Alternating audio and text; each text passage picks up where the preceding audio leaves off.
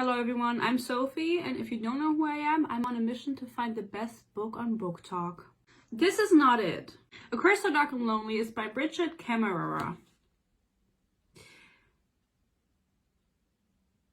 don't know how to say her name. It's a Beauty and the Beast retelling, because we don't have enough of those. I have the main dude, his name is Ren. He rules over an empire called Amberfall, which is really cheesy, but it's not the cheesiest thing that happens in this book. He's cursed because this is a Beauty and the Beast retelling, and he can only break this curse if he finds true love. He's cursed to repeat the season of his 18th birthday over and over again until he finds true love. By the end of each season, he turns into a monster and kills everyone. And then the season just repeats and everyone stays dead, but he always survives. Harper is from DC, she's from our world, and she gets kidnapped into this world to fall in love with Ren to break the curse. But she makes it very clear that she will not fall in love with him. She will never fall in love with him. Of course they fall in love! This is YA. How cool would it have been if they didn't fall in love though? Just like... But I don't think Brigid is brave enough for that. She's not. Anyway, just off the bat, I would rate this book 2 stars. And I'll tell you why. 1, for the spine. And then I wanted to give it 1 star because in the beginning it was really, really bad. Like the first 100 pages, as time went on, either I got used to the writing or Brigid really stepped up her game because it was more tolerable. And then in the end I was like, okay, like 1 star isn't fair. I'll give it 2 because 1 is already for the spine and then, you know, another one for just so her ratings don't get too low. As I said, this bitch Ren is supposed to relive his 18th birthday year over and over again until he breaks the curse. And this has been going on for 300 plus years, so it makes him 345. This is quickly resolved because Brigid says that it doesn't feel like he's 345, it just feels like a dream. Because outside of the castle, it's only been 5 years, so he doesn't feel like he's almost 400 years old and fucking a minor. I don't know how old Harper is actually. I don't know if she's a minor, but it's YA, so 18 at most. Well, the whole vibe of this book was really bad. I could tell that it was trying very hard to be something, and it just wasn't that. Disclaimer, if you like this book, if you love this book, if you love the characters, I'm not trying to come for you. This video is meant for entertainment only. It's not that deep, they're just fictional characters, and I enjoy talking shit. I'm sure there's books that I like that you don't like, so we're even. Again, I'm not trying to come for you. Please don't take this video personally if you like these characters. That's fine with me. I'm happy if you find joy in them, but maybe you will still be able to enjoy some of this. Writing? Let me talk about that first. Now, when I was starting to read it, I thought that maybe this author was new and this was like her first debut novel. I genuinely thought that. And I Google, and this woman has published like 50 million books already. She's a successful author. So I don't know why her writing sucks so bad. For example, on page 5 already, she uses the word crash. She says, "It ratchets me up so I can't sleep, which means I don't crash until 4 in the morning and then I miss school." Oh, I've missed enough days of my senior year, so she's a minor. Okay, anyway. Well, that's also a good excuse to be kidnapped. If you don't go to school anyway, you know, no one will miss you. But what I tried to say was the word crash, I've never heard anyone use this, like, seriously, like, unironically. I don't know if you still say that. It just felt, like, very outdated, especially if you've read 1 chapter and then you're on page 5 and you're in the 2nd chapter and it's like, crash? A few other examples, and these are all from the first 100 pages, which is why I'm saying in the first 100 pages, I was just laughing my ass off because I was like, this can't be it. This can't be serious. "I'm running down a long hallway, my breath roaring in my ears."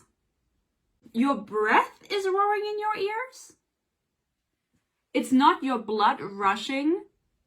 It's your breath roaring in your ears. How loud are you fucking breathing? "My heart skips a beat in my chest."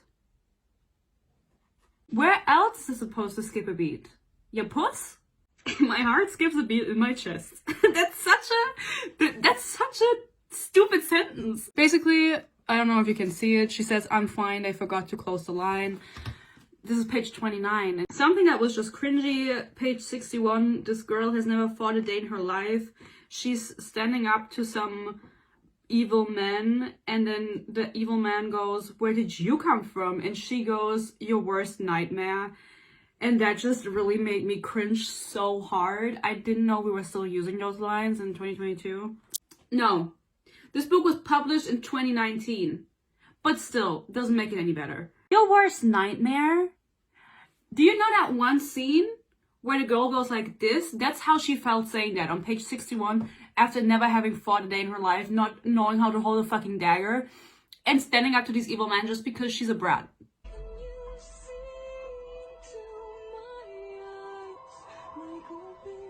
Enough about the writing. As I said, this was the first 100 pages, and then I either stopped paying attention or it just wasn't as bad anymore.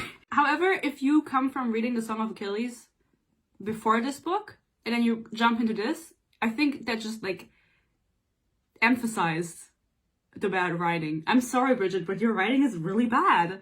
It read like a Wattpad fanfiction. Like, this could literally be something I read on Wattpad, you know? It doesn't have any significant qualities to it. This is a story I could have come up with. And I say that disrespectfully. Harper is a very difficult main character. She's not like other girls though. She really isn't. I'm not quick and I'm not strong. Basically, the way she gets to this mystical world, Emberfall, which I think the magic in this world, it's just absolutely not explained at all. And I don't know if in the second and third book, maybe it's more the focus of the story, but in this book, there is absolutely no explanation. And also, Harper never asks. Harper never asks any fucking questions. And it's so bizarre to me. The way she gets kidnapped is, as I said, they need a girl to break the curse. So the Commander Gray, who I'll talk about, he goes to DC, which she asks. That's one question she asks. She's like, "Do you always get girls from DC?" And then Ren is like, "No, we used to get them from like elsewhere, but now we do." And I don't remember what he said about that. But anyway, they get girls from Washington, D.C. because they're just so juicy and have big tits, I guess. Gray is trying to kidnap another woman, and Harper sees this. So she attacks him because she thinks he's a kidnapper. But she's not strong and she's not quick. But Gray is like, "Oh my god, fuck. I'm being attacked and now I can't take the other woman, so I'll just take this woman who's attacking me." And so he disappears with her to Emberfall, and that's how she gets kidnapped. In the same scene, we have to reveal that she is actually disabled. She has cerebral palsy, and I don't know if I pronounced that right. I'm sorry. This is one credit I will give to Bridget, that she included a main character that is not able-bodied. That's representation ends in this book though, because I wasn't sure if I was correct if Harper was white, because she has very, very curly hair, which is mentioned time and time again, so I was like, maybe she's black. But then I googled and all of the fan art is white, so she must be white. But also everyone else is white. But to include some more representation, the brother of Harper, his name is Jake, he's gay and his boyfriend is black. So, you know, we even it out again. Anyway, as I said, I give a heads up to Bridget. I think that's very, very great that she included this, because representation matters. That's a fact. We don't have to argue about that. The way it was revealed that she has cerebral palsy was quite odd to me though. There's no arguing that it's nice to have a main character that is disabled, because why are they all able-bodied all the time? The silence is sudden and absolute. I can't risk looking. I can't risk not looking. Jake would be so pissed. I have one job here. I imagine him yelling, "Don't get involved, Harper. You're already vulnerable." He's right. But cerebral palsy doesn't mean my curiosity is broken. I peek out around the edge of the doorway. When I was reading this line, I felt like she couldn't have revealed her disability any worse. What does cerebral palsy have to do with your curiosity, girl? What does one thing have to do with the other? I feel like this could have, like, it just felt so weird. I was reading that and I was like, huh? What?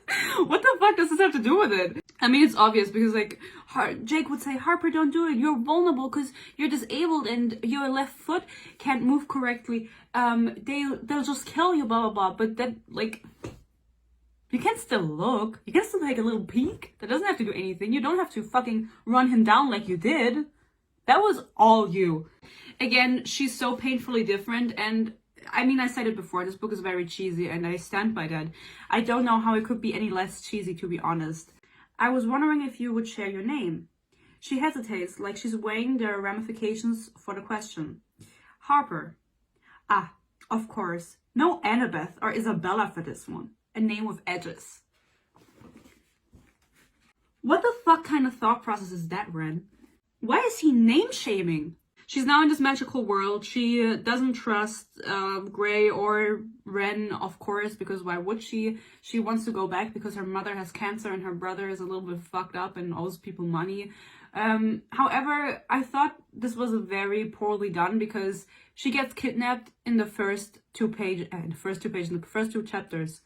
I like that it happened so early because we're writing the story, but that doesn't give me any time to connect to the mother or to the brother because we never see them until the end of the book. We only hear very short paragraph stories about them that give me absolutely no connection. Like, yeah, your mother has cancer, but I don't know her. I don't know what you've been through with her. I don't know how close you are. I have no connection to her. So whenever she's like, I really want to go back, my mother is dying, I'm like, yeah, that's sad, but I don't care.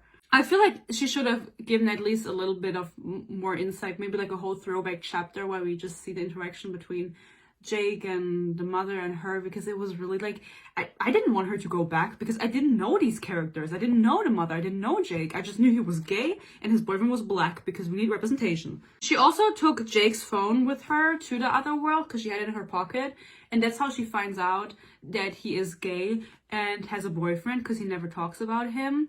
And so, conveniently, that boyfriend is a doctor and can help out the main characters in the end. This whole book is just full of conveniences, you know what I mean? Everything happens exactly at the right time, just for it to make sense.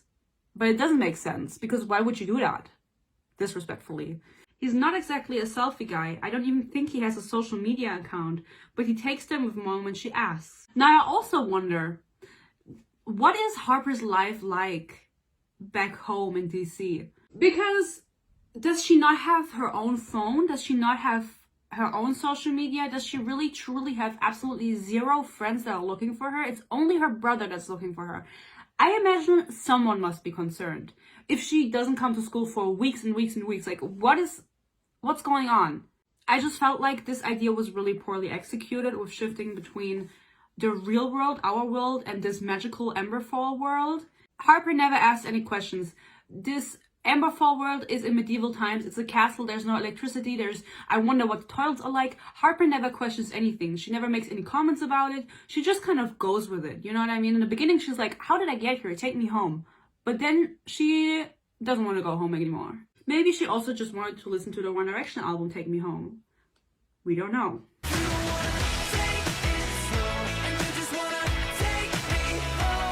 I think it would have been just way simpler if maybe she came from another magical world and was kidnapped from there, because this world, our world, has no significance in this story, really. They jump between it at the very end, but at the end of the day, it isn't implemented enough to be of importance. There are no consequences for her leaving the real world, because at the end it's all resolved conveniently. I mean, the mom dies, by the way. She sees Harper and she just fucking dies. Probably because she smelled, because she was in Emberfall for so long. They don't have running water. I think it's kind of explained away with magic and, oh my god, the castle is magical, blah, blah, blah. Convenience. Page 109, Harper sees a room full of blood where Ren was killed before the curse. Whatever, I didn't understand that. I don't really care.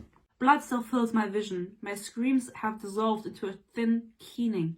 Harper, look at me. Ren jerks me around, the movement forceful. He gives me a little shake. Look at me. I look at him. Ren, alone. There's a lot of scenes in this book, 3 to be exact, where characters like, look at me. Just look at me. This isn't you. Look at me. And I also thought we left it in 2012, but not for Brigid. So then it's revealed he can only be free if someone falls in love with him because he was cursed by an enchantress whose magic isn't explained. They make a plan where they make Harper a princess from a land called DC. Like DC, but people don't know it's DC, so they say DC. She's a mythical princess from an unknown land that no one's ever heard of because no one owns a map. But They could have just asked me because I have a map. So Harper is this supposed princess that's forging an alliance with the people of Amberfall to protect them against this threat from the north, this evil queen that's trying to infiltrate the land because there's barely anything left, because Ren turns into a monster at the end of the season and kills everyone. Also, I want you to guess what the evil witch is called. First name that comes to mind? You're right, it's Lilith. The names felt so forced in this book too. I mean, Harper and Gray are the only ones where I'm like, okay, but everyone else's name, I feel like she just took a name and then kind of tried to make it funny. Like, there's a girl called Zoe, Z-O, instead of Zoe. Mythical. The book is very simple and very, I don't know, very not thought out in its formula. It's just, it takes a bunch of tropes, puts it together, and there you have a perfect YA novel that's a bestseller. Lilith is an evil enchantress that put the curse on Ren because he didn't want to marry her after fucking her, which respectfully, I wouldn't either. She gets mad at this, she freaks out, she curses him, and then she makes appearances again and again, and then she just taunts him, and she's just rude to him and makes him be in pain, and it's just like, it's so boring because it's the same thing over and over again. Like, we know you're evil, queen. Like, just chill out. I think this is around 200 pages into the book where Harper also just starts crying in every chapter. I don't know. That was honestly the most relatable thing she did. I feel like every chapter, it's like, you know, it's switching between Harper and Ren's perspective, and it's either I feel my throat closing up or Ren going, I see tears twinkling in her eye, and it's just like, why is she crying all of the time? All of a sudden, she wasn't crying in the beginning, now you're fucking crying? They're also in love. 5 days at most she's been there. Honestly, time is so weird. A lot of stuff happens in the book in the first 200 pages, and I think that's over the span of 2 days, maybe? 1 day, 2 days?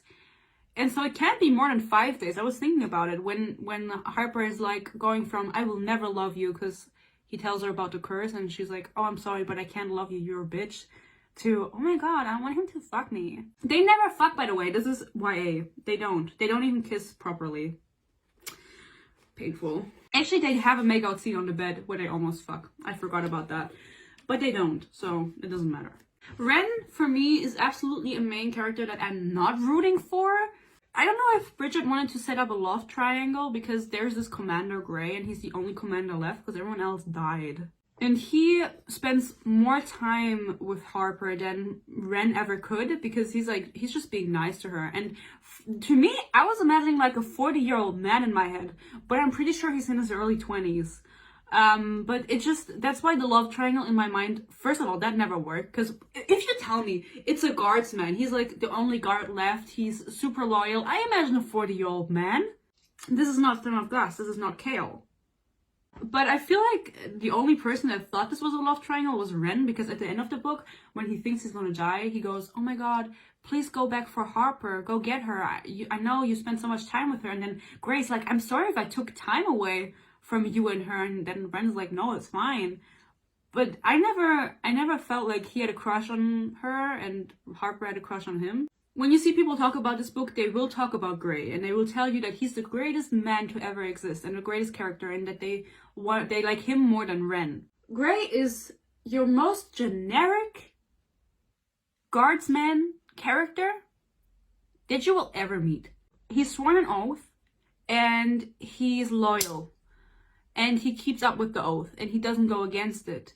And he's there for Harper to help her navigate the world and give her advice. But that's all he doesn't do anything. He's just there and he protects and he kills a bunch of people and that's it. But it's always like, I order him to do this. He does it. Ren enters the room. Gray sobers up.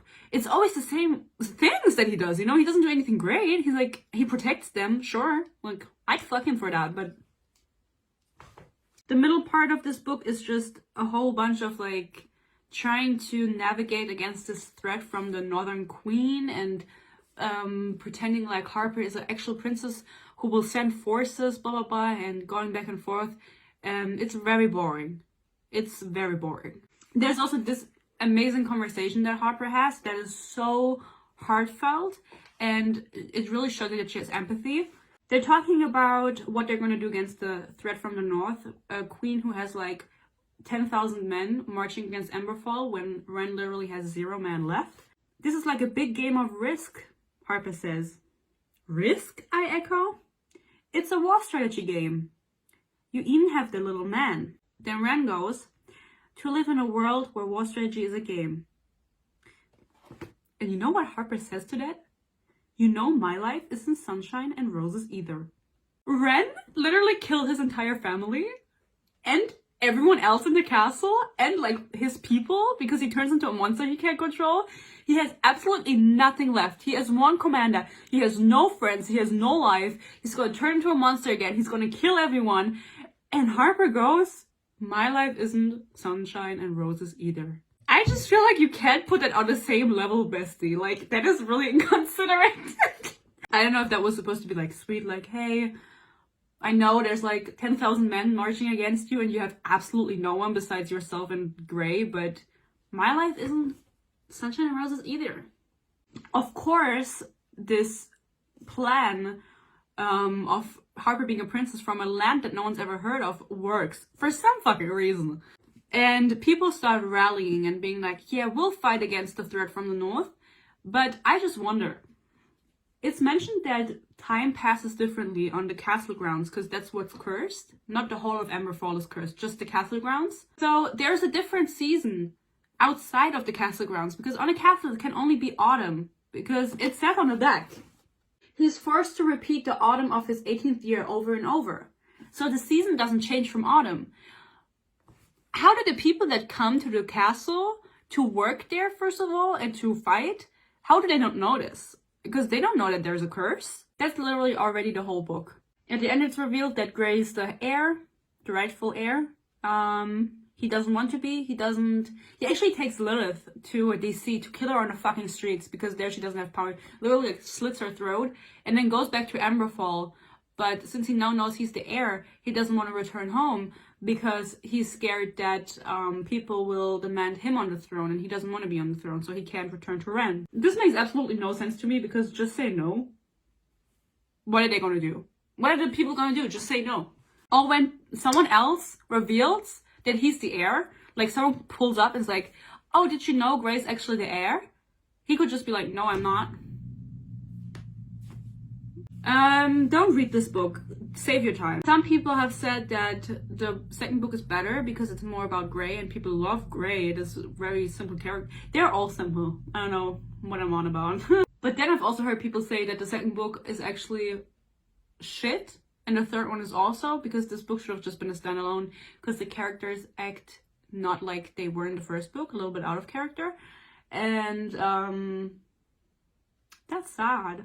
As I said, 2 stars for this book. It was kind of like really bad. It was a very simple idea and very poorly executed. And it's like, it makes me wonder, like, you already have this simple ass book and you can't, you don't even get to, you don't even, when we, like, when you told me about, you already have a simple idea with this book, very simple concept, and still the execution was poor.